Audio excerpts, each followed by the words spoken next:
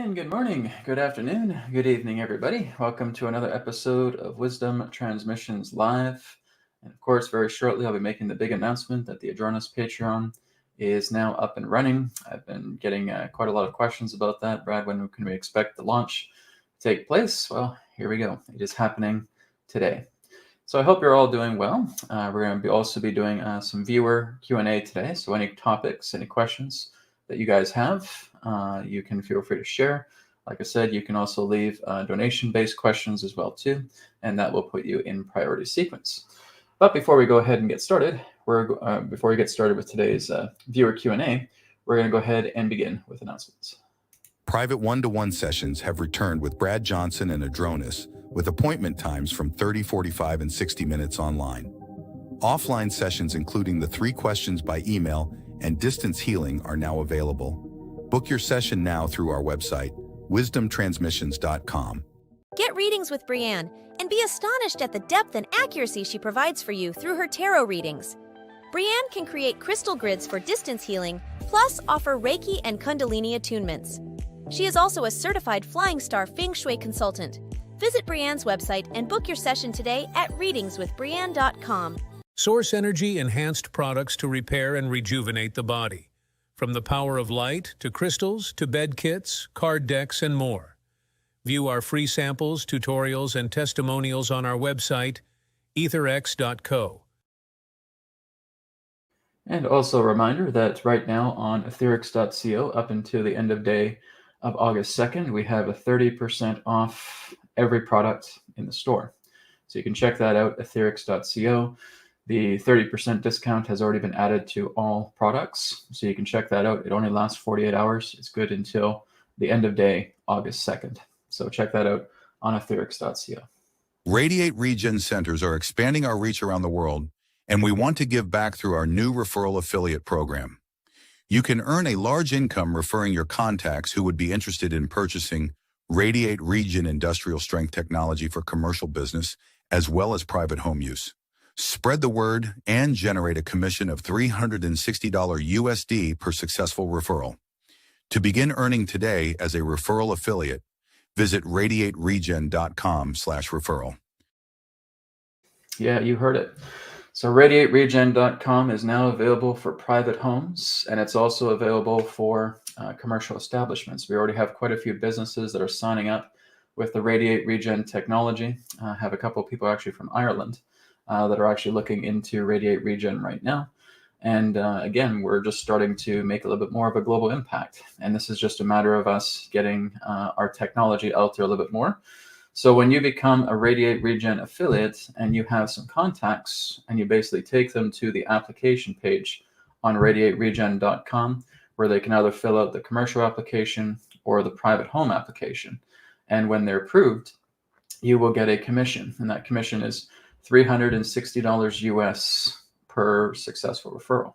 So this is quite big. If you guys have quite a few friends who you know would love to integrate the RAYD8 REGEN, and again, the RAYD8 REGEN is the industrial strength technology. It's not like what you have on a mobile phone. Okay, on their mobile app or the browser app, that's the scaled down technology, right? We're talking about the big industrial strength RAYD8 REGEN technology. So again, if you want to be a part of that, you can just go to RAYD8REGEN.com/affiliate and you can sign up for free, right? So it's pretty much everything to gain. Like I said, we have a really great commission rate there. So it's just a matter of us, like I said, launching the private home installation as well too. And really all it is that you're paying for one commercial license for the rest of your life, right? So when you put down the $2,000 US license fee, either for a private home installation or a commercial business installation, you're paying for the software. And again, I just guide you and give you the recommendations of the type of hardware that you'll want to use, whether that's tablets, whether that's PC monitors, whether that's smart TVs, right? So I basically help you to set up. And some may ask, well, Brad, how much does it cost me besides the commercial fee or the license fee to set up RAYD8 REGEN in my home? On average, anywhere from $2,000 to $5,000. Just depends on what you're looking to get. If you basically want to make a tablet array of RAYD8 REGEN, you can do that. That's probably the most affordable option. Then, of course, there's a PC monitors option, and there's the smart TV option. Right? So I talk about all of that when you get into the members area. Right? So again, this is a really great opportunity for many of you to, again, earn some extra income and help to spread the word of a technology that is helping so many people. Right? So check that again. It's radiateregen.com/referral. All right. So those are our announcements today. We're going to go ahead and go into the announcement now of patreon.com/Adronis. Okay. So the Patreon for Adronis is now online. And how it's going to work is I'm going to be doing weekly classes starting this Sunday. This Sunday at 9 a.m. Pacific time is going to be the first weekly class. Now, everybody who signs up to Patreon will basically have the privilege to ask Adronis questions. Now, this special episode that's coming up this Sunday is going to be live streamed onto YouTube, but people on YouTube will not be able to ask Adronis questions. If you want to ask Adronis questions, you have to sign up on Patreon. Okay. So the Patreon website, there are 2 tiers for it. The first tier is an $18 a month tier, and that involves you participating in the weekly Adronis classes. There's also going to be exclusive Adronis content that is going to be up on Patreon every now and then as well too. So he'll be coming on and he'll be sharing a lot of information specifically for Patreon members. Again, these additional videos are not going to be on YouTube. They are going to be on Patreon. Okay. It's not to say that Adronis won't come through. He's coming through today. Okay. But a lot of the Adronis content is going to be on the Patreon page. So that's the first tier, is $18 a month. The second tier gives you the ability to have a 30-minute session with Adronis every single month. And so that's $88 per month. So again, that is actually like a $70 amount for a half-hour session. Whereas when you go to wisdomtransmissions.com, it's actually priced at $95 for 30 minutes. So you're saving quite a bit by having that particular option as well too. So at patreon.com/Adronis is now online. It is now available. Feel free to sign up. Like I said, first tier is $18. Second tier is $88. And you're getting all kinds of amazing Adronis content. When you sign up, you'll have instant access to the Adronis 4-phase courses as well too. That's over 12 hours of information. So that's available as soon as you sign up on the Patreon website. So again, go ahead, check it out, patreon.com/Adronis. Okay, so I'm just going to take a moment here just to get things rolling here. Guys, just give me a minute.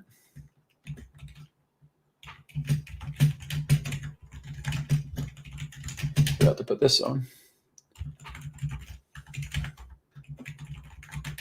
Okay.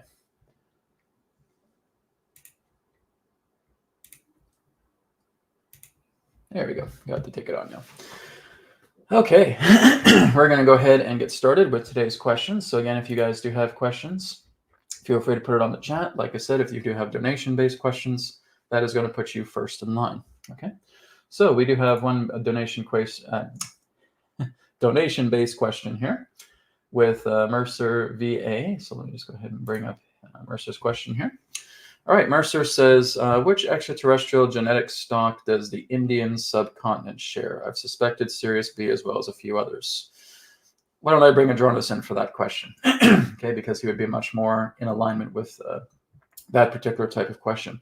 So looking at the extraterrestrial genetic stock for the Indian subcontinent, all right, you've suspected Sirius B as well as a few others. Okay, one moment. I'll bring him in.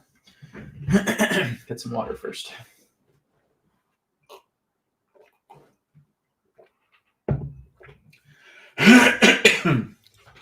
So just a reminder for everybody too that personal questions are not answered on this webcast. Okay, it really is just kind of semi-personal or general questions. So again, if you do have personal questions, number one, sign up for Adronis Patreon because you can ask any question you want when you're a Patreon member. Or number two, you can do private sessions with me, and that's where personal questions come in. But through the webcasts, we just try to keep everything semi-personal in general so that question benefits many. Okay, here we go.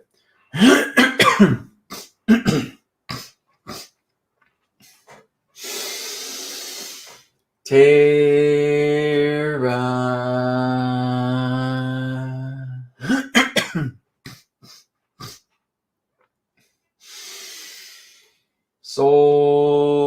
star.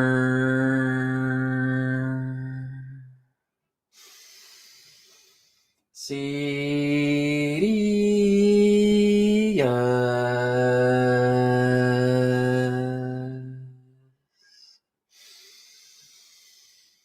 Adronis.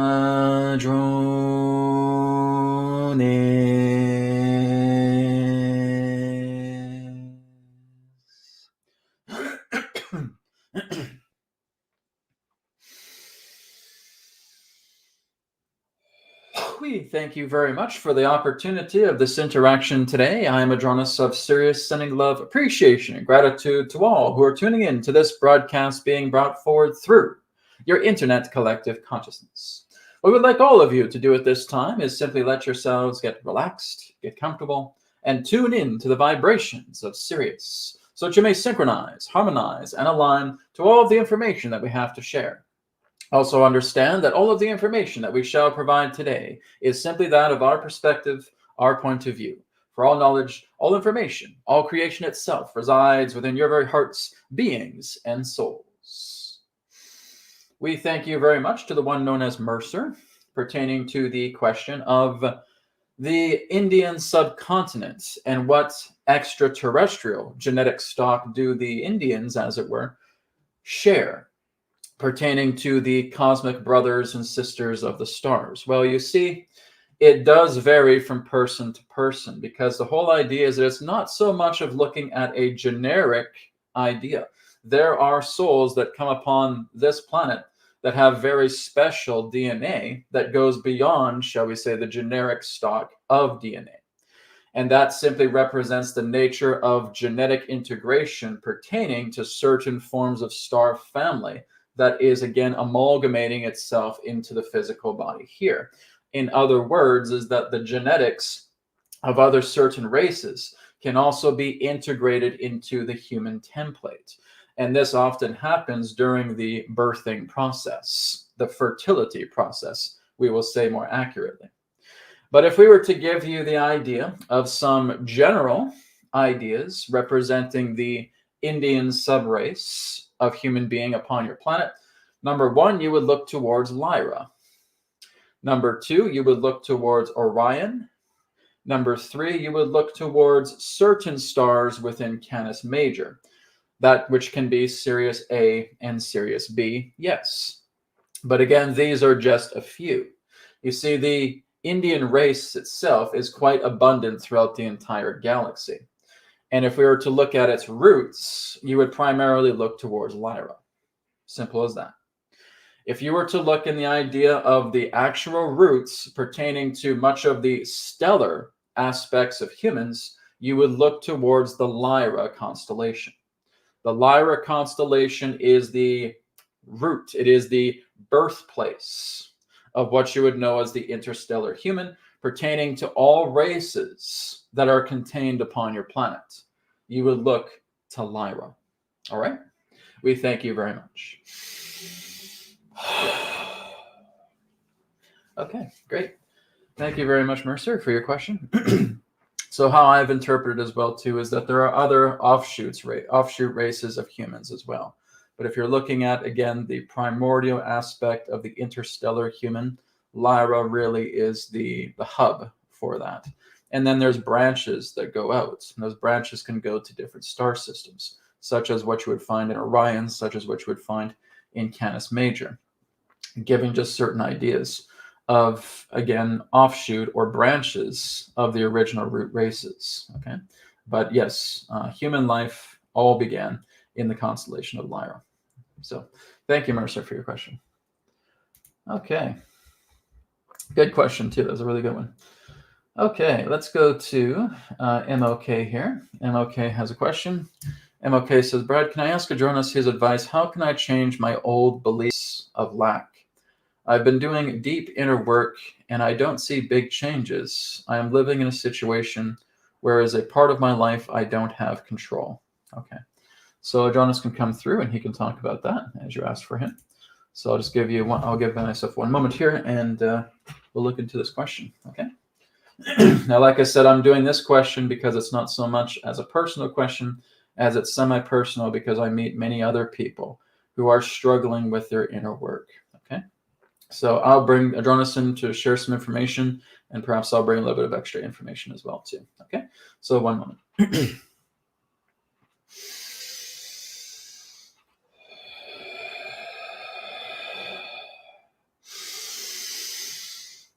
We thank you very much, MLK, for your question pertaining to your inner work. Now, it really all depends in that sense about how many of you are doing your inner work. We really cannot elaborate on that, but we will say quite commonly is that many of you still rely on thinking of external phenomena, of external conflicts, and trying to resolve these where you're not even picking yourself up to overcome yourself past those events and phenomena. And this is crucial. You cannot use the ego to resolve egoic problems. It was your own Albert Einstein that once said, you cannot resolve a problem at the same level that it was created. You have to see the world anew, you see? And so you basically have to look at it in this way. Now, what Brad has demonstrated just recently with many of you is working with what's termed as the trauma transcendence technique. And what that entails is being able to look at a particular trauma within your mind and being able to disengage yourself from that trauma, looking at it from a wider standpoint, looking at it as a neutral representative, as an observer, as a witness. And when you're able to do that, you're simply relaxing yourself and you take a look at that sphere that represents that troublesome trauma, that troublesome situation. And when you zoom out and you see that sphere in the distance, you, as who you are as human personhood, is pushed aside. So MLK, you are not being MLK when you're looking at your trauma. MLK is now in the background, which means what's happening, and even as Brad shares, is that you're moving out of human form and you're coming into your universal form. As you move into your universal form, you are moving much more into the alignment of the right brain. As you move into the right brain, you're looking at the bigger picture of everything. The bigger picture basically sees this sphere that contains your conflict, your trauma within it, as just a pearl of the mind, as just a thought, as just a feeling. It really doesn't have any impact on the universal form of yourself. The universal mind will simply see this as a thought, as a feeling, nothing more. So when you are able to do that, and you are able to disengage, not detach, but disengage from the conflict itself, this is where you're holding that ball in between your hands, and you see a star in the center of that sphere. And then by working with the Om chant, a total of 3 times, you're noticing that the power of the Om is absorbing everything inside that ball, everything inside that sphere. And you continue to check on that sphere. You continue to check on that ball. Is it getting smaller? Is it getting lighter? Is it getting weaker? Is it starting to become more transparent? Are you starting to notice that the feeling, the thought that represents that situation is becoming less and less and less? And if the answer is yes, even to just a small degree, you are making progress. And so you're continuing to just do that. Om chant again, Om chant again, Om chant again. And then check in. See where it is. Is it still there? Yes, a little bit. Then do it again. Om chant again, Om chant again, Om chant again. Oh, it's gone. Congratulations. You've cleared away your trauma. Now, look into yourself and see if that thought, if that feeling pertaining to that misery still remains. You check. No, it's completely gone. I've been brought into complete and total peace pertaining to this traumatic conflict. You're done. Adronis, how is that possible? If I'm fighting so much with this conflict, how is it that I just see it as a ball and I start Om chanting directly into it and that the pain is gone? Because you're not working with it. This has nothing to do with you personally. It's the involvement you have with your personality consciousness that has got you into that turmoil in the first place. When you disengage and you let the universal form, the universal mind, look at that, and it simply sees it as a thought, as a feeling, and it sees its center, and you start working with the power of something like the Om chant. What the Om itself does is that's the opening of source consciousness. That is the purity gateway. That is what absorbs everything that is completely out of harmony and brings it back into harmony. That's the nature of the Om. The Om is to bring balance. The Om is to purify. The Om is the word. It is the primordial sound that brings everything back into harmony. Many of you say it, but very few of you actually understand it. And this is why when you start working together with it in this way, you see how everything inside that bubble now starts to envelop and now start to absorb itself back into the ether again. Because that's the design of the nature of the Om. The Om is designed to that. That's the word. That's the sound. That's the primordial vibration that will bring about that. So it's as simple as that. So MLK, what we would suggest is that you watch the webcast that Brad has done about trauma transcendence, and you do it. We would suggest every single one of you watch that particular webcast that's on this particular channel and do it.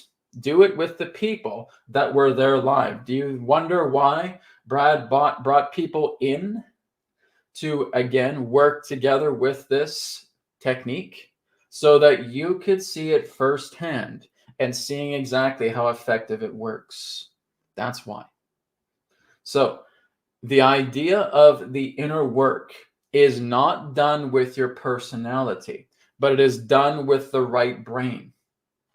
It is done with the universal form. It is done with the universal mind. It is done with the higher aspects of you. That's why, for example, when you're looking at the BCR technique, everything pertaining to the BCR technique is attempting to elevate you.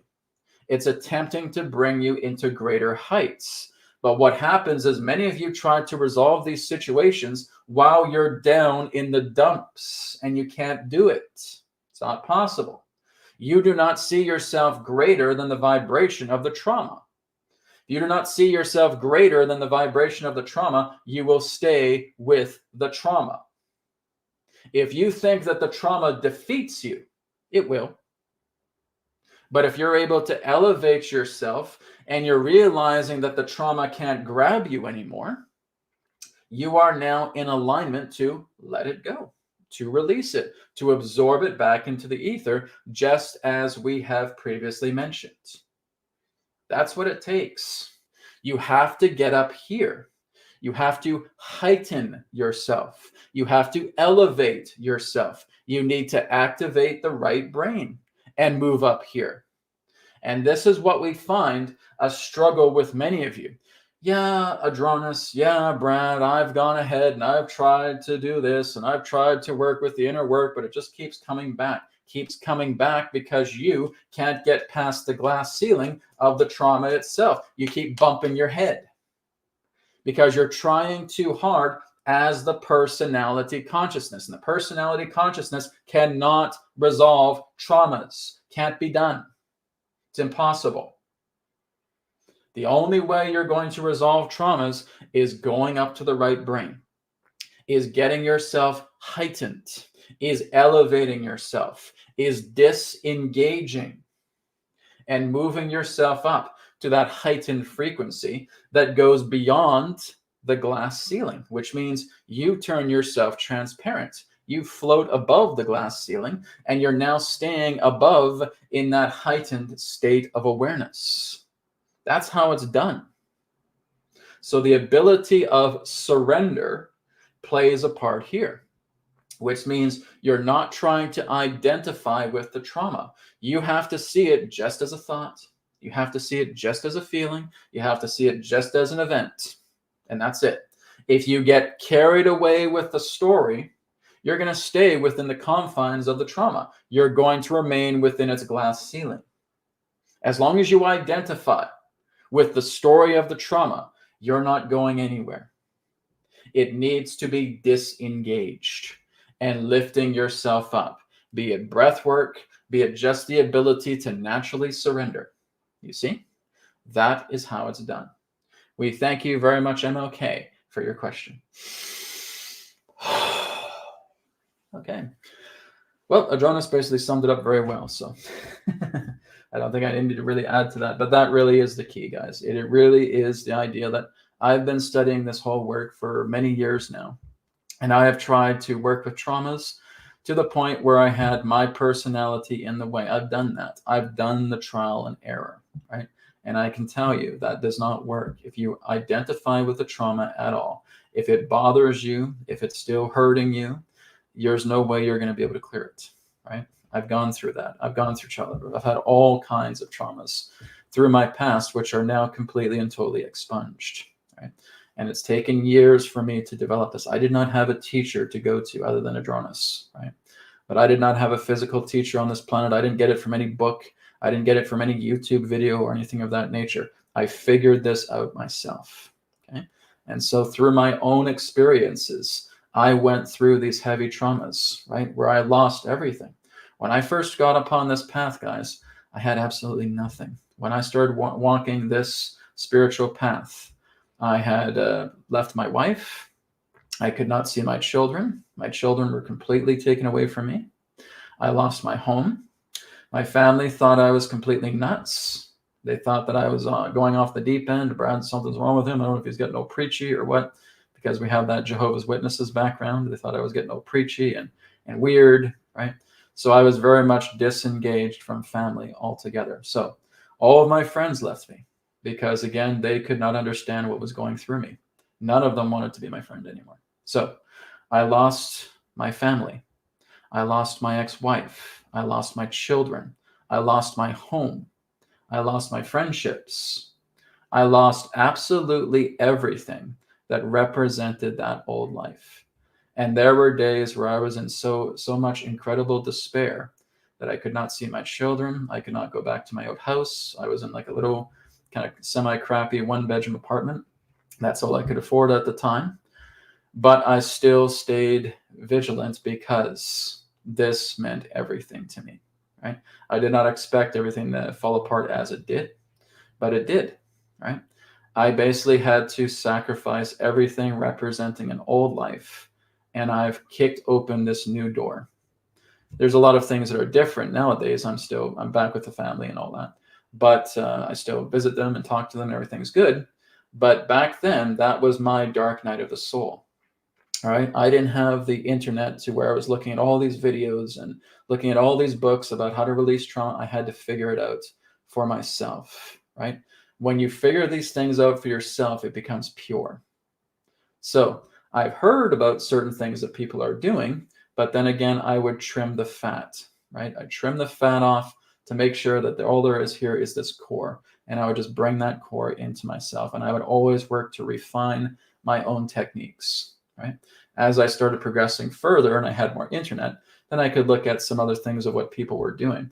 Back in the times of the beginning, no, I really didn't have anything to start off with. I had an internet connection, but again, the internet wasn't as big in regards to spiritual movement as it is now. But really a lot of the stuff is that I had to sit down, I had a pen and paper, and I started writing down all of my problems. I started writing down everything. And I worked to bring about forgiveness. I worked to elevate myself a lot more. But I had no physical person to help me out at all. The only person who has helped me out through that dark time was Adronis. That's it. It was me and Adronis talking all the time. right?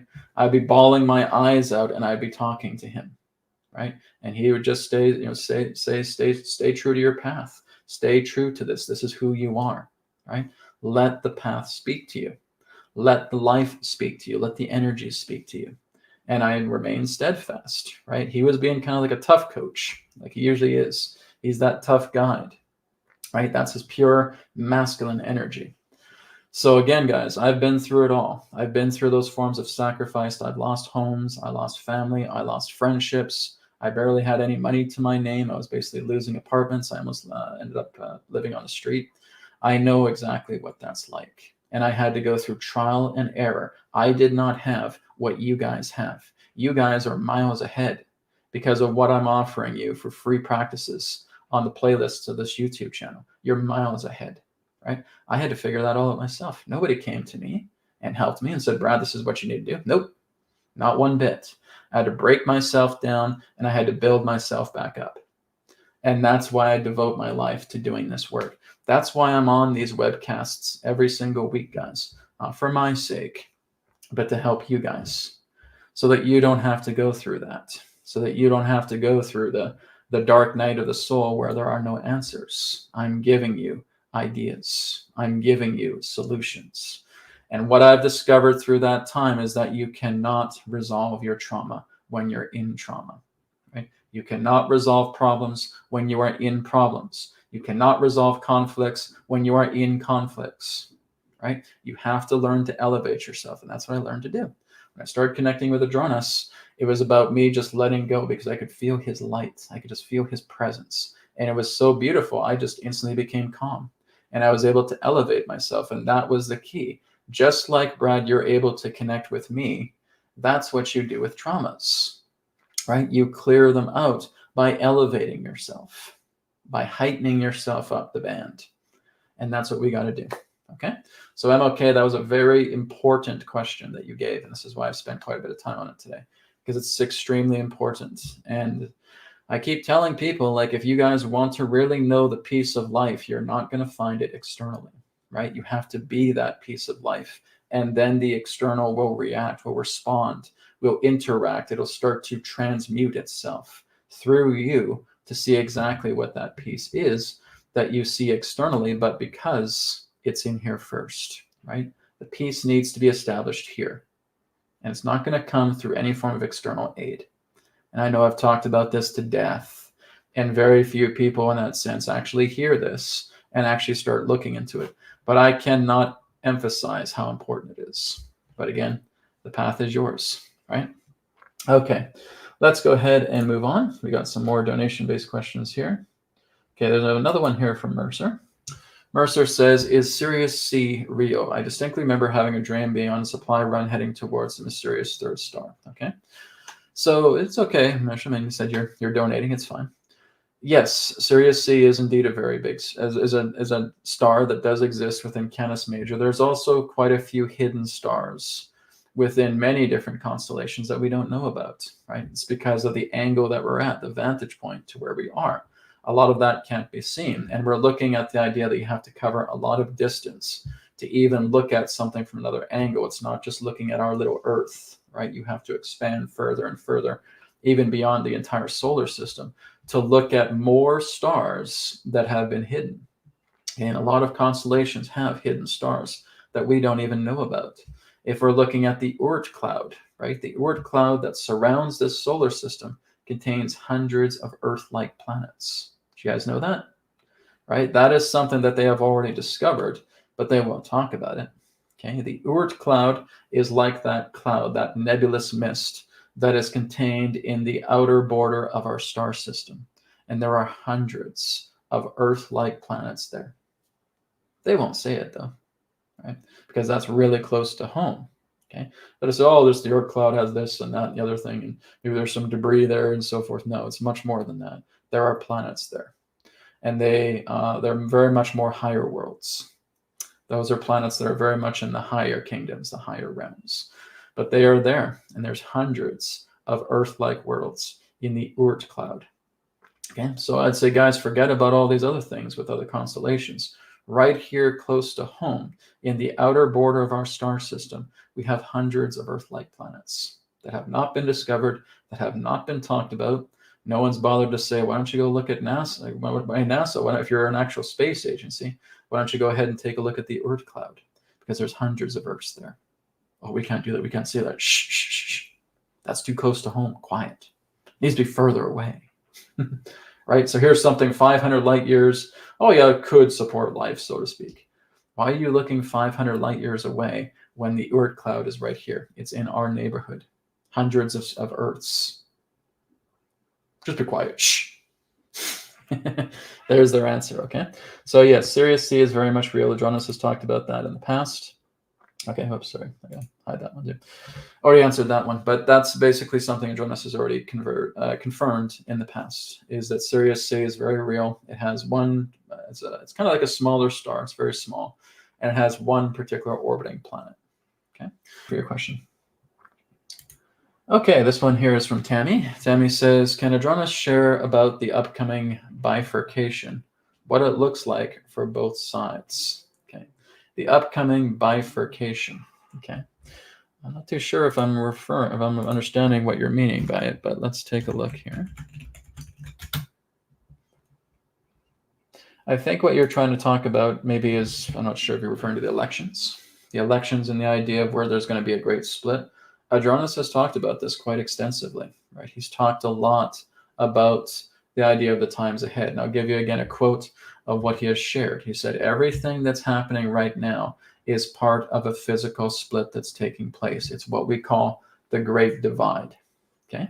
He's already talked about a Great Divide. Everything pertaining to politics, pertaining to government, pertaining to finances, pertaining to economical and sociological situations are basically having dividing lines. It's like the entire Earth is being split in half, okay? And you're going to have people who are yay or nay to certain sides, okay? Like I said, if we're looking at elections in that sense, there's going to be people that are majorly split down the middle with that, right? There's going to be people who are very hardcore Democrat, and there's going to be people who are very hardcore Republican. And there's the idea in that sense of the old systems. And some people are very hardcore in connecting together with that. And then there's people who are willing to let it go. And there's educational systems. And so many people are hardcore towards how it currently is. And many people want it to change. Do you see how there's always that split? Okay. So that bifurcation really tackles a multitude of different systems throughout our planet as human beings. And this is intentional. As Adronis has said, that this is leading to a great divide that is going to bring about repopulation, okay? Not depopulation, but repopulation. So again, there is going to be a certain side that, again, will represent the downfall of humanity. And then there's going to be another side that is going to represent the ascendancy of humanity, that is going to represent a greater evolution. And basically, people are choosing sides. Are there people in the middle? There are certainly people in the middle, right? But we're kind of using this analogy of the split, of the Great Divide, okay? Great Divide is all part of the plan. Adronis has been talking about that, Tammy, for years, right? He's even going back to like 2016, where he's talked about the idea of the Earth splitting, okay?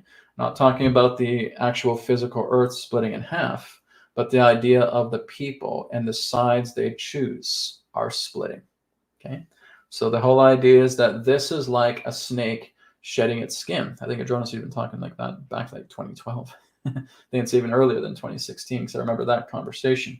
He says, like the idea of an old skin that's about to be peeled off. And through the peeling off of that old skin are going to be people that have chosen a side that just doesn't work with where the Earth is going, okay? So people will choose sides that represent hate, that represent fear, that represent despair, that represent camaraderie, right? All of those particular things. There's like a magnet, and people are gathering to that way because really they're being suckered into thinking that this is exactly what needs to be. They're used to these old systems, and they want to stay with it. They don't want anything to change, okay? And that's why they will give their lives to try to protect it. But it's the Earth's call here. And the Earth says, no, I'm shedding this old skin. It's going. And unfortunately, there are going to be hurt children, quite a bit of them, that are going to go with that skin. Okay, because when everything now starts to see, or say when everything starts to happen that represents the falling away of the old, there are going to be a lot of people in despair. There are going to be a lot of people in chaos. And it does not matter how many times you reach out your hand to try to pull them in, they will smack it away. No, you're not part of this. You're not part of what I want, and I don't want anything to do with you, etc., etc. And that's how it's going to be. Okay.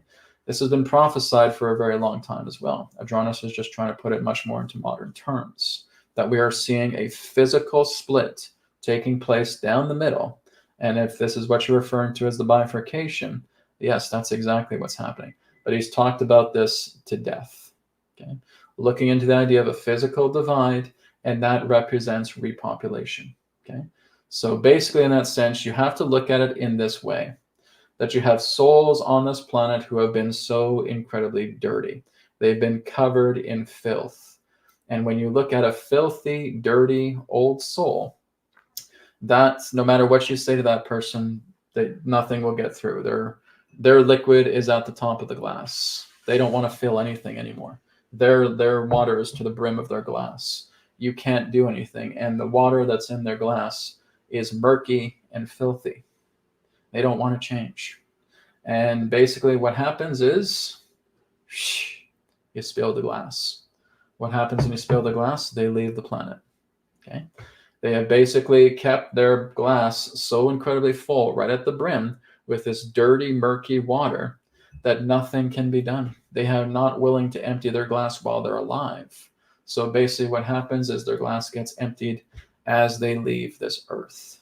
And then they're worked on. They're worked on in higher planes. Okay. And that is going to be the situation with many people. Many people who are defending everything that represents systems that are disharmonious to the earth are not going to be here. Simple as that.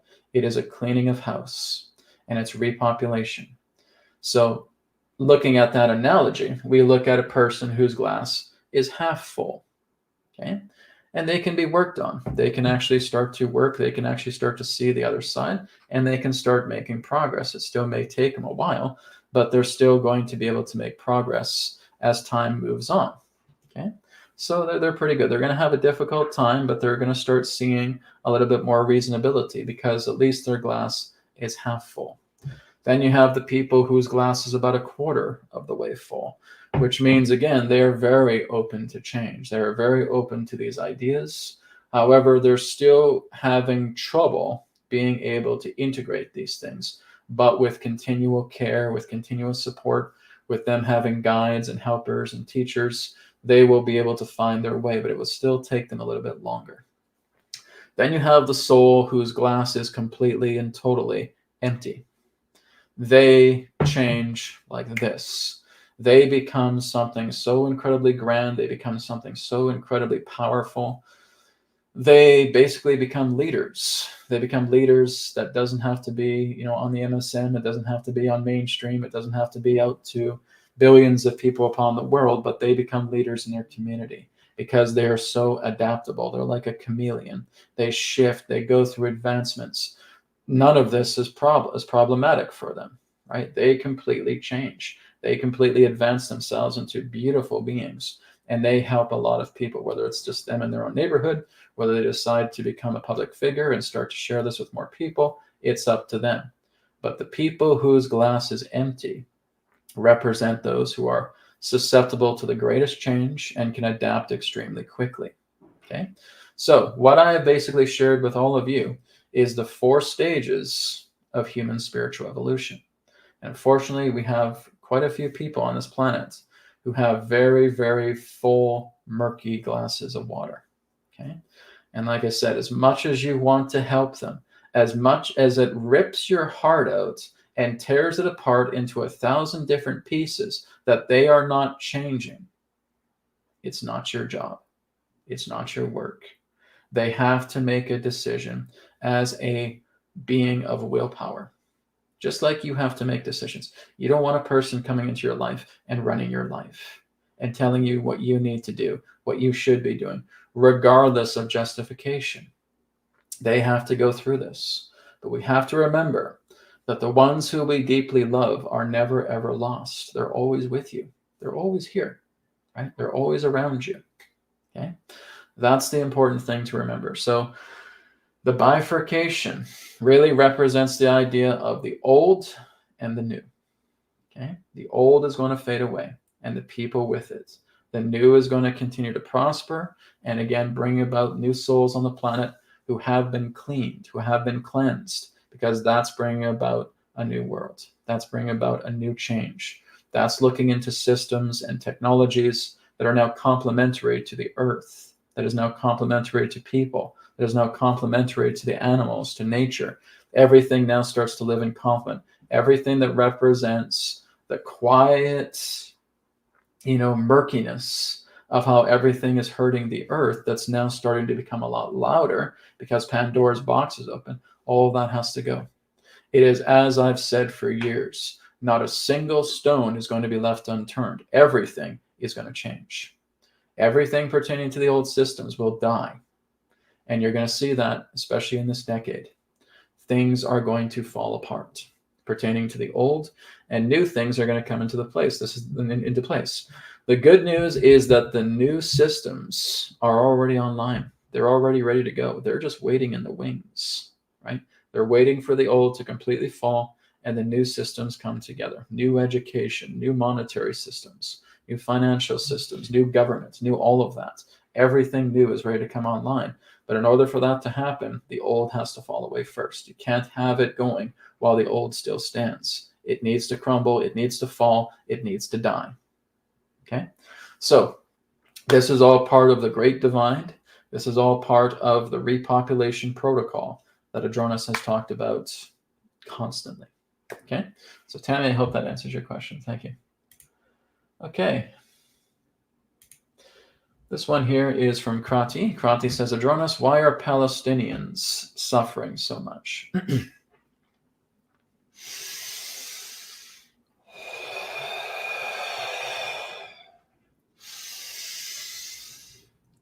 We thank you very much for your question. Why are Palestinians suffering so much? Not all of them are. Many of them realize that this is all part of a change. You see, the idea is that Palestinians have had prophecies, and they have seen prophecies to where their people themselves would be taken advantage of, that their people would lose lands. Why are they suffering so much? Because the whole idea of what represents them is about to change form. Palestinians will still go on. They will still move onward. But what's happening in that sense is that they're playing a role where many are going to empathize with them and greater truth embargoes are going to come together. It really is no more different than when the Eastern invaders came upon the lands of North America and exterminated the indigenous there. There are enough of them to carry the traditions together. Now, did they ask for that? No, of course not. None of you are asking to be slaughtered. None of you are asking to have genocide committed upon your people. But the whole idea in that sense is that this represents a span of change. It represented the idea of how living in the ancient times actually resulted to a great deal of bloodshed, because there were constant fights over territory, there were constant fights over resources. And this is what's caused many different forms of lives, of all walks of life, to end. And when that is happening, nothing is ever forgotten. And a war that would come together because of the land that those people occupy are considered so enriching and so beneficial to the machine that represents the coming of war, and that the lands themselves would be pillaged. And that's what's happened. That's what's happened to the Palestinians. That's what's happened to the Native Americans. That's what's happened to many of your cultures that are indigenous to the land, because the people that came in that were the invaders really did not care for the people, because the people were in the way. They wanted to have the richness, the bounty of the land themselves for the means of greed. So, greed has been the weapon of war to acquire lands, to acquire resources, to acquire the idea that this land now belongs to the war machine. So, when you're looking at all of this, and all of this has happened throughout your history, the younger generations now start to see exactly what has taken place and the ability to change this so that nothing like this ever happens again becomes the norm. We understand that many people have lost their lives. We understand that many people have lost their lives through war, lost their lives through poverty, lost their lives through starvation, lost their lives through great despair. And believe us when we say that those particular people are not left unattended. In your physical world, that certainly is how it seems. But when they leave that body, they are attended to. Not a single soul in creation is abandoned. Every single one of them are helped so that they return into a harmony of peace, if they are willing to receive that help. You see? But as we stated, not every single Palestinian is suffering. Many of them can see the signs of change. Many of them can see that there is about to be a turning point, and many of them are hopeful, rather. So it's not always as black and white as it seems. There is the idea that people themselves will have the greater aspect of looking at the spectrum of life and choose exactly how to live, even if they are living in areas that are impoverished. India is a perfect example of this. The subcontinent of India has a great deal of impoverishment throughout much of its own area, yet the people there are not miserable. The people there are not suffering. The people there have found God through themselves. So this is just giving you an example that it's not always about suffering if something pertaining to land is lost. There are those who will, but there are those in that sense who become hopeful. There are those in that sense who start to go deeper inwards and looking for answers. And that is just as much as a quality as one who is suffering. All right? We thank you for your question. Okay. Thank you very much, Shreddy, for your question. Okay, we have another question here from Mercer. Mercer says, speaking somewhat to the Oort cloud, is it true that there are also planets on the opposite side of the sun, aka the purported nemesis system? So what's life like there? That's not really what I'm talking about, Mercer. What I'm talking about is the Oort cloud that surrounds the entire solar system. There is nothing behind the sun. Okay, when we're looking at what's behind the sun in our own solar system, then we have the planets that we are aware of. What you're looking at pertaining to that of a second sun is way further past beyond our own star system. Okay, as I've talked about, our own solar system is part of a trinary star system, right? So you have three particular star systems that are part of that trinary fold. First one represents our star system. Second one represents Nibiru. Okay, that's the brown dwarf. And thirdly, that represents Sirius A. Okay, Sirius A, our solar system, Nibiru. Okay, that's the trinary star system that we are a part of. We are technically a part of Canis Major. That's the nature of ourselves. When I'm talking about the Oort cloud again is this barrier. It's like a border. It's like you can almost look at its geometry. It's like a torus field. Okay, so it stretches out. If our planets are right here, it stretches out. Okay, and it's like the barrier. And realistically, they have not been able to send anything beyond the Oort cloud. They've actually not really been able to send anything else beyond the belt of the moon, right? Because of the intense radiation. And in regards to the public awareness of certain technologies, no satellite has really gone beyond the moon. Now, I know that's very difficult for some people to believe. If any particular technology has been able to make it through the moon, they needed to have extraterrestrial assistance with it, right? Because some people say, oh, Brad, what about the Voyager spacecrafts? And what about Sputnik and all these different ones? Well, my guess is that they probably had some assistance in doing it. They can't do it themselves. You need some form of special technology to get beyond the radiation belt, because the radiation belt is so intense, it'll fry up anything relating to technology. So my guess is either they've had some form of intervention assistance to help probes, if there are probes that go beyond space, to look at that.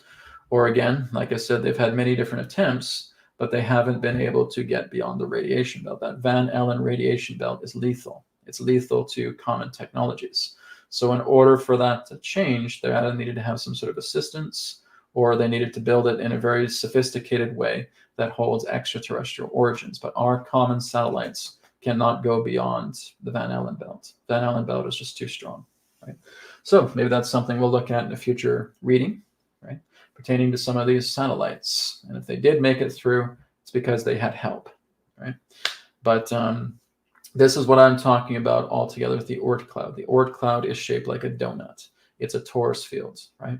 And it basically is almost like a nebulous phenomenon. And contained inside that Oort cloud are hundreds, I could even say thousands of planets. I just didn't count them. When I've gone into my own projected astral journeys, I've gone into the Oort cloud and I just look at it, and it's like these little diamonds that are just shining. And I'm just getting, those are Earth worlds. Those are worlds of Earth-like planets. And they completely cover the Oort cloud. So I'm saying hundreds, but it could even be more than that, right? There are hundreds, at least, Earth planets that are in the Oort cloud. But they really are much more of the observer planets. They're not part of the experiment here, okay? Earth itself, really pertaining to its life, is an experimental planet, okay? All forms of life basically are experiments. That's the whole idea. I've come to liken it as the idea of being farms or being gardens. Okay, we're planting life here to see how it progresses, to see how it advances. And it's not just humanity. There are many other different species here that are of sentient nature that, again, represent several other different experiments. And again, we're looking at the experimentations of animals. We're looking at the experimentation of nature, of vegetation that comes upon this planet. Because again, if it thrives here, it's going to thrive elsewhere. So again, these are all part of experiments that are going on. Earth very much is a grand experiment. She is a farmed world. Okay, she's part of a farm.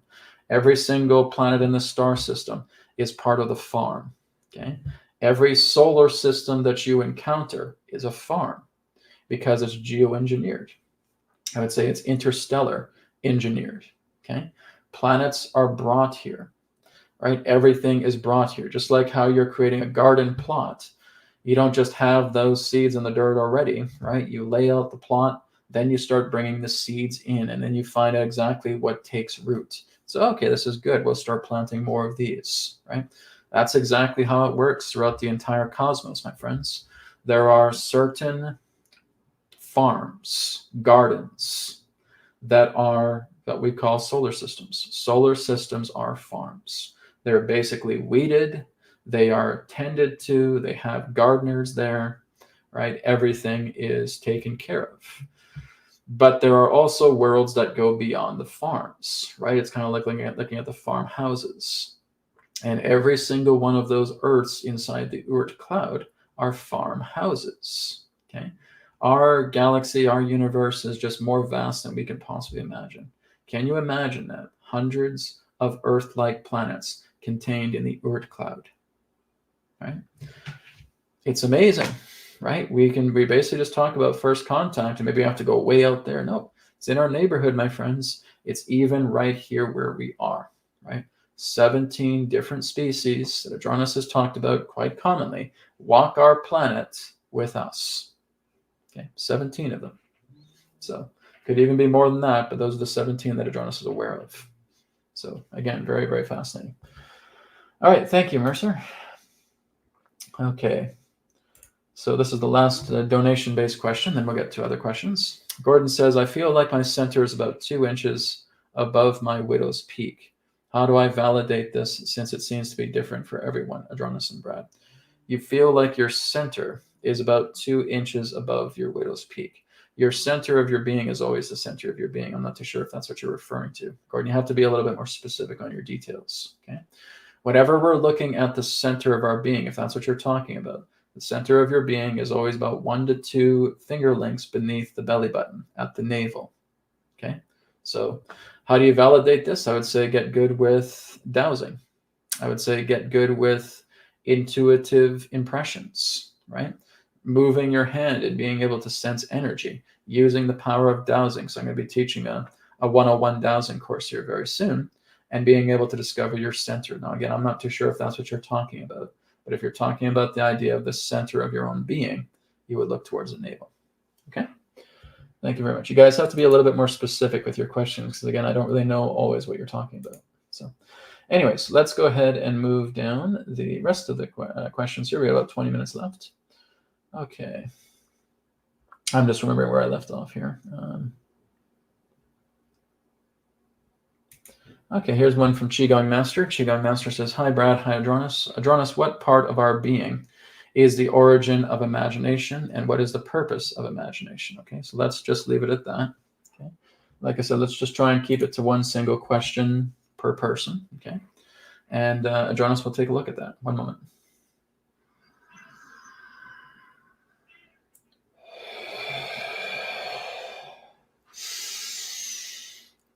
We thank you very much for your question. Now, when you're looking at the nature of imagination itself, it's creative, which means it comes from your own thoughts. This is why, again, it's referred to as imagination, right?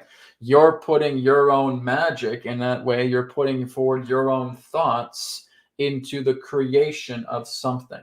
That's your imagination. And you may start to run rampant upon thoughts that you have that represent creative aspects. So there's a fundamental difference between imagination and intelligence. All right? Imagination would actually represent the lower center. Intelligence would represent the higher center. The reason why imagination represents the lower center is because you have conceived creations. You have conceived thoughts, and you may start to explore those thoughts. And again, those thoughts contain a universe within themselves. But to have imagination is to basically, as you would say, trail off into your own creative thinking. Imagination is creative thinking. That's what it is. It can be creative visualization. It can be creative intention. It can be creative thoughts, creative feelings. All right. Everything that's created that you are aware of connotates imagination. Then there's intelligence. Intelligence is creative, not created. You see, imagination represents everything that you're already aware of. It represents that which is known. When you look at intelligence, it represents the creative force, which means nothing within intelligence is created, but the potential of intelligence is there. So what you have with imagination is actuality, is familiarity. What you have with intelligence is creative force, the pure potential of all that has not yet manifested. All right, so that's like looking at the two spheres. One sphere is below, the other sphere is above. But also those two spheres are always touching one another. But the imagination can never touch the intelligence.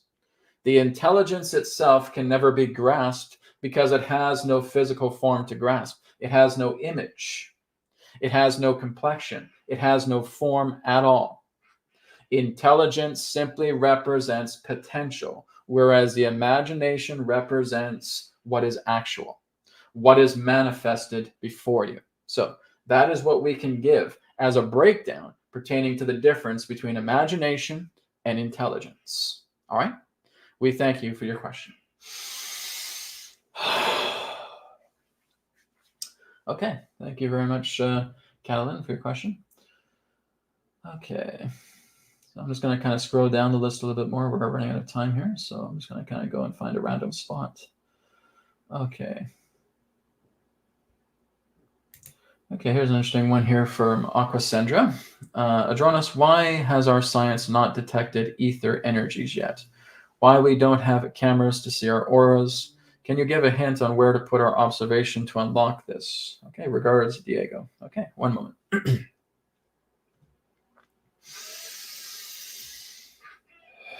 We thank you very much, Diego, for your question. Who is to say that you don't have technology to do those things? You do not have the idea of feeling that those technologies are available publicly. But we will tell you that much of your people, even if this technology is hidden, do have the ability of looking into, shall we say, the subtle planes. All right.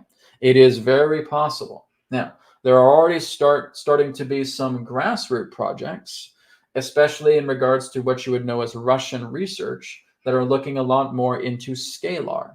All right. Now, Diego, scalar technology is the very form of energy that you're talking about. All right.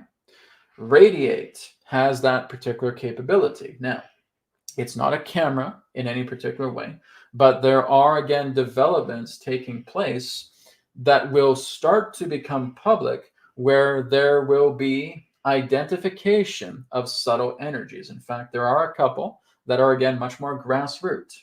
But we would suggest you look into what's termed as the bio well, all right, which is Russian technology. Because what this does, this utilizes the nature of Kirlian photography. And the nature of Kirlian photography is to be able to take snapshots of subtle energy that surround your fingertips. Now, that is one particular idea.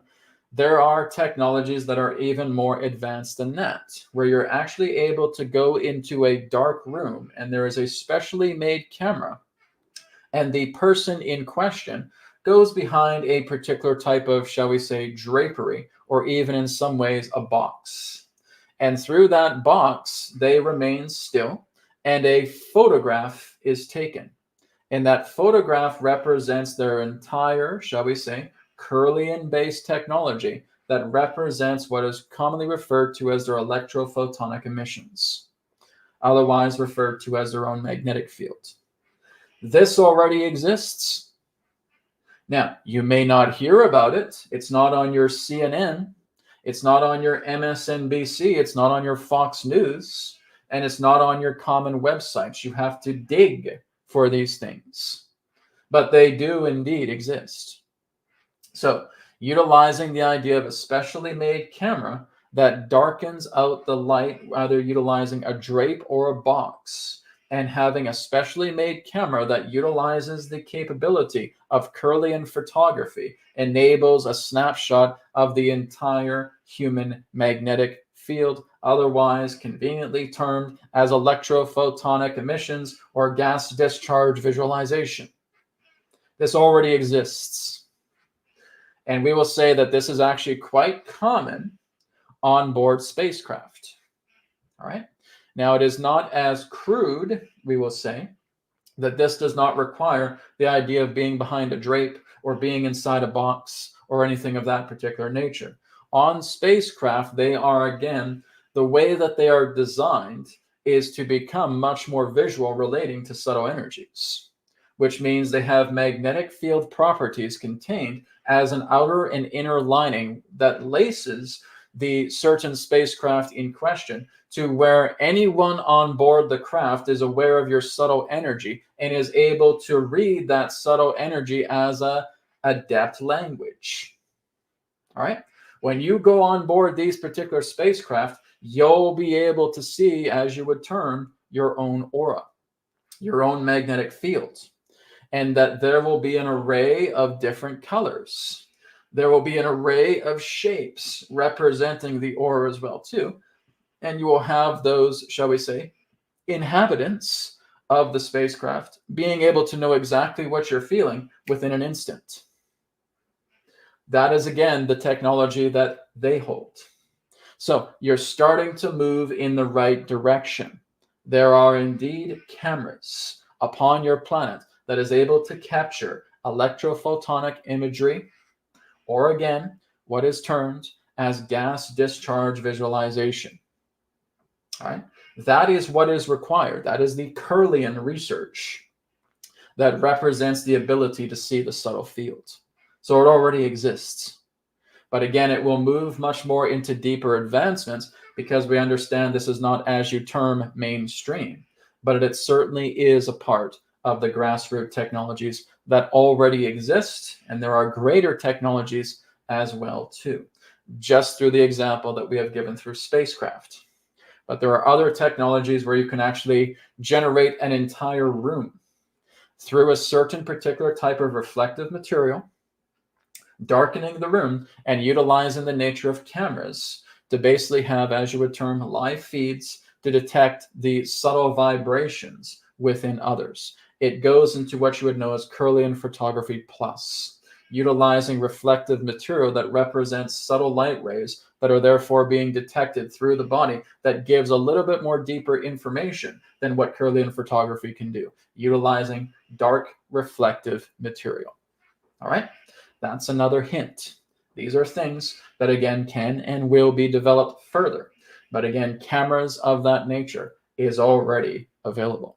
All right, we thank you for your question. That's very interesting. I didn't even know that with the dark reflective material, so I'll have to look into that. All right, so thank you very much, Diego, for your question. Okay, I'm just kind of going down the list at random here, guys, because we're running out of time. So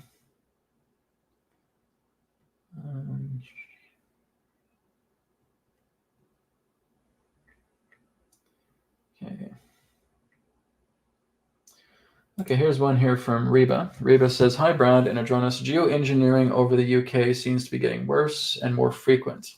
Can you advise what we may see an end to this? It is so sad to have our natural weather manipulated." It is. But as I said, Reba, right now they're in the middle of a war, right? This is a shadow war that's happening right now. And unfortunately, a lot of them are working with weather manipulation technology. Now, it's the counter forces that are basically trying to balance everything. It's very much like what's happening here in BC and especially around Canada as well, too. I mean, we basically had the town of Jasper, Alberta, completely annihilated. Okay, have you guys heard about that? What happened in Jasper, Alberta? Okay, because it was all over the news. Many people say, oh, well, there's a fire that took out Jasper, Alberta. Well, you're half right. It was directed energy weapons, okay? Whenever you see any particular form of video or images of cars that have basically been melted, you can't get that from a common forest fire, guys. You can't get that from a common wildfire. Jasper was obliterated. At least half of the city, half of the town, was obliterated by directed energy weapons. So why? Why is that happening? Political change.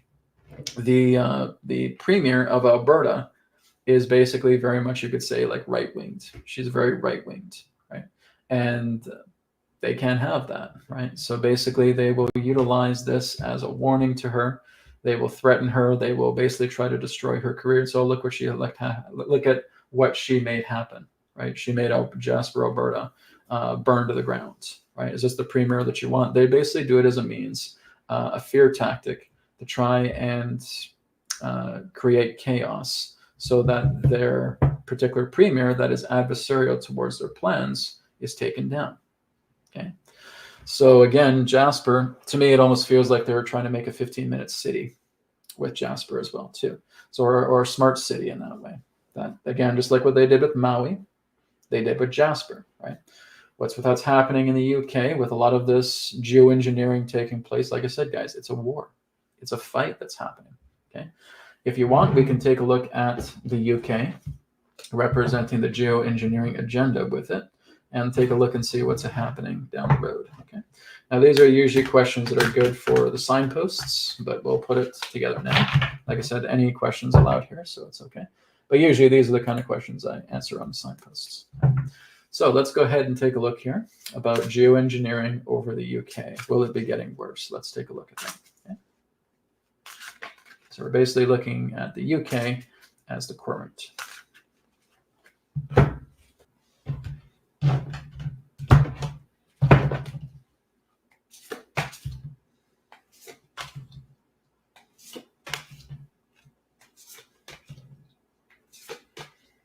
Okay. So, from what I can tell, yes, we're in the middle of a war. There is basically a cleanup that's happening in the UK. I think there's a lot more to this geoengineering than we're being told, right? The next step in that sense, again, like I said, there's going to be some fights. There's going to be some intensities right now. As I was talking about several months ago, the summer is a red hot summer. And I'm not just talking about the weather. Okay? I'm talking about events that are taking place. There's going to be destruction, my friends. And as much as we don't want to see that, like we don't want to see what happened with Jasper, Alberta, we don't want to see what happened with Maui, right? With the directed energy weapons there. Directed energy weapons were both a part of exactly what happened in Jasper, Alberta, and in Maui, okay? And it wouldn't surprise me if maybe the UK may start getting directed energy weapon situations happening as well, too. But the obstacle in that sense is that people are waking up in the UK, right? People are waking up, and there's a lot more revolution that's happening in the United Kingdom than people may know. So a lot of people are starting to wake up. They're starting to see exactly what's happening, and they're standing up. This is exactly what I said would be happening. Okay, a lot of these horrific events that are happening, and so it's a confirmation. Yes, geoengineering is happening in the UK, and it is going to get more intense. Okay, there's going to be storms, there's going to be floods, there's going to be earthquakes, there's going to be volcanoes, there's going to be hurricanes, there's going to be tornadoes. Anything that represents an earth change, an earth shift, big earth shift. A lot of it is going to be manipulated technology. It's not really the Earth herself that's doing this. Most of it comes from geoengineering. Because like I said, the dark players, the dirty players are losing. They are losing their footing. They are losing tremendously. And they're going back into their fail-safe projects, which again, some of them still do have directed energy weapons. Some of them do have weather manipulation technology, and they're using it, okay? And the UK is one of their prime targets. So like I said, this is going to wake people up. And that's really the point of a lot of these things that are happening. Okay, the wheel is turning because I would say really the UK right now is getting an enema. Okay, the royal family has been completely and totally taken out of commission. What you see on the news, on the mainstream media, is not the royal family. Those are stand-ins, right? So the royal family has basically been taken down. I've also talked about several other royal families in different countries that are also being taken down right now because a lot of them are responsible for drug trade. A lot of them are responsible for child trafficking, right? A lot of them are responsible for, again, just managing mafias, so to speak. It's all mafia criminal activity that they're all about. And in great extremes as well, too. Pillaging, thievery, laundering, right? All of it.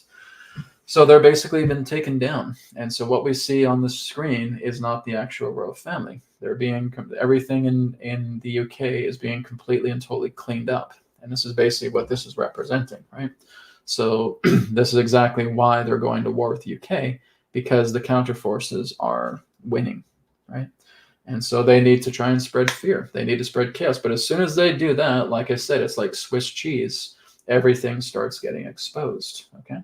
So what is the potential outcome? It is going to stop, okay, but not throughout the summer. Okay, the summer again is that it's, unfortunately, guys, it is not a good summer. I would love to say, oh, it's okay, nothing's going to happen. No, it's going to be very eventful. It is a very eventful summer. I've talked about Japan, about what's happening with Japan. They may have a major disaster, or they're again trying to push more COVID onto them as well too. That too represents a disaster. Japan is getting quite a bit of shakeup right now. UK is going to be getting a shakeup. Canada and the United States is going to be getting a shakeup. Australia is going to be getting a shakeup. A lot of the countries in the west and eastern areas of Europe are getting shaken up. Asia is getting shaken up. Pretty much every single continent on the planet right now, Africa, is getting shaken up. Okay, it's like I said, guys. It's not about finding an area like, okay, but there's one continent that doesn't get involved with this. No, unfortunately, guys, pretty much every well-established country in the world is getting exposed to this, and they're being shaken up, and there's going to be weather manipulation technology, and there's going to be disasters, and there's going to be earthquakes, and there's going to be floods, and there's going to be tsunamis, and there's going to be tornadoes, and there's going to be fires, right? I don't take any pleasure in saying this, but like I said, this is all what's happening right now. This, again, is something that has been prophesied for thousands of years, and now we're seeing it come together. But it's leading to a climax, a very good climax. Because again, like I said, as they become more desperate, they start tripping over their own feet and they start revealing exactly how they're doing these things. People start becoming educated about what's happening, and then we shut it down. It's really what it comes down to. Okay.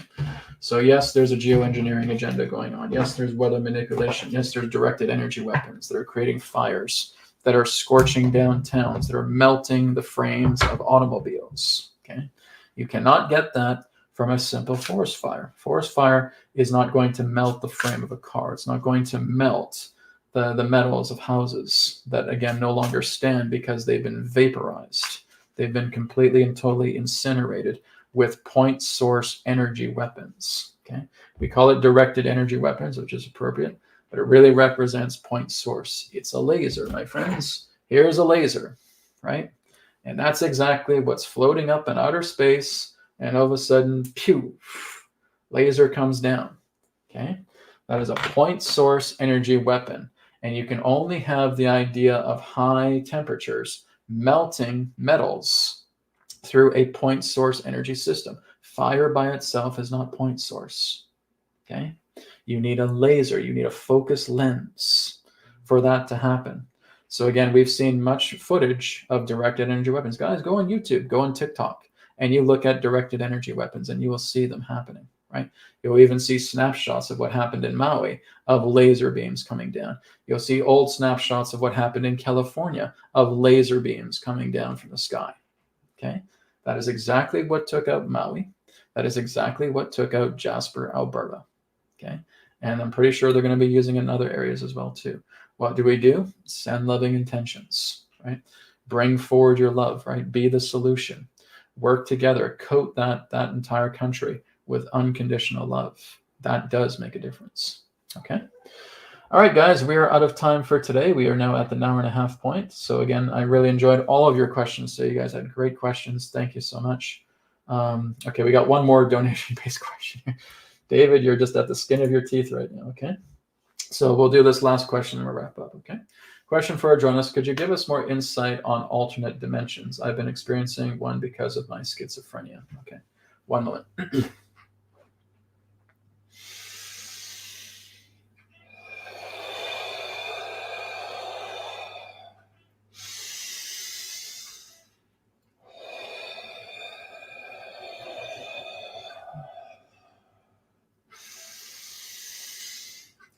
We thank you very much, David, for your question. Well, understand that when there is schizophrenia, schizophrenia simply represents an overactive pineal gland. That's all it is. All right. So when you have an overactive or hyperactive pineal gland, what it's doing is it's helping you bring about your creative imagination, as we've talked about earlier, to life, to becoming very vivid within yourself, right? So it is a situation pertaining to the spine, pertaining to the cerebral spinal fluid, and in that sense, the hyper-engaged pineal gland. That's all this is. This often represents the nature that schizophrenia is actually caused by Kundalini perturbation, which means it's quite curable. All right. So basically what's taken place is that at times the pineal may be skewed. It may be off center. And that's all because of certain degrees of Kundalini perturbation. Kundalini perturbation takes place often through certain degrees of trauma. It can be physicalized trauma. It can be attacks to the head. It can be injuries to the head. It can be injuries to the spine. It can also be excessive emotional and mental disarray. And that can trigger the idea of, shall we say, a powerful Kundalini awakening that basically causes the pineal gland to shift. And the cerebral spinal fluid in that sense is working through different channels. Those channels are opened a little bit more than usual. And what you're having are these different, shall we say, dimensional occurrences. So really what you have to learn to do is work together with Kundalini. If you don't know how that's done, then you need to talk to Brad. All right. So basically our goal is to settle the Kundalini down and align the pineal gland back into harmony. So this does have the capability of being done. If you feel that you are short on time, then this is what we suggest you do. What is this, everybody? The intervention symbol. All right. So if you are noticing that you are facing severe states of what you would term as schizophrenic-like systems, this is what you do. You call for help. You call for intervention. There are intervention fleets that can assist to at least bring those episodes down a little bit more, should you choose to. So Brad is one option. Intervention fleets are a second. Just like this. Put your hand together like this, your left hand, so that it looks like an L. Take your other hand, like a slash, putting it over, and just saying, I have this situation, I require the intervention fleet's assistance. And you meditate on this symbol for as long as you feel you can, until intuitively you feel that's enough. All right, so that is the idea of what you term as getting help through the intervention fleets, through certain schizophrenic episodes, because it simply just represents a malformed condition within the body that is reversible. Scientists don't know how to take care of it because they do not integrate consciousness in with their work. So they do not know what is going on. But it all has to do with the idea of injury, whether it's an emotional or mental injury, or whether it's a physical injury. And Kundalini perturbation that has opened up certain centers within your cells that is enabling cerebrospinal fluid to intermingle together with the pineal gland, that has now shifted in a particular direction, that has created hyper experiences relating to other realms. It is reversible. All right? Please keep that in mind. The second part of your question represents the idea of other dimensions. Do other dimensions exist? Well, as we stated, many of you will go into dimensions that you're already familiar with, because this is all part of imagination. You see, it's all part of you deciding if you go into imagination or if you go into intelligence. And intelligence as pure potential will show you everything. It is the omnipresence. But when you go into imagination, you're looking much more deeper into your subconscious. As you're looking much more deeper into your subconscious with all of the arrays of thoughts that are known, or perhaps even surreal experiences that contort the idea of your perception of reality, yes, all of this exists. Yes, other dimensions exist. Yes, other folds, as it were, pertaining to different timelines, pertaining to different Earths, pertaining to other different, as you would say, dimensions do occur. They are all happening simultaneously. Again, everything that represents your life right now represents a mirror.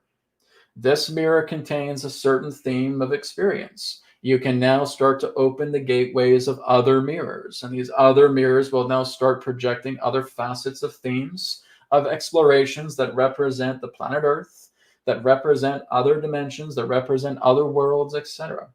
It's as vast as your imagination is. So again, it's just a matter of being able to identify with the situation that you have right now, David, and being able to rectify it should you choose to. It's always up to you, you see. But yes, everything around you is a hall of mirrors, and every single mirror within that hall of mirrors represents a different themed reality to which you do have the capability to explore should you wish to. It's just a matter of intending yourself to get yourself into that center and commanding such a world to come together into your viewpoint, coming into your perspective. Some in that sense may just be looked at as a memory. Some of that sense may just come in as a burst of a flash of light. Or there may be situations where you could vividly or lucidly experience other dimensions. You do it all the time when you're going to sleep. You're always visiting different dimensions. You're always seeing different mirrors, as it were. They are just different cells of the honeycomb. Some that you may be in relation to, some that feel much more surreal, but nonetheless, it all comes to the subconscious. All right? We thank you for your question. We thank all of you for your questions today. I am Adronis of Sirius, and we'll speak to you again in another perspective of the now. Goodbye for now.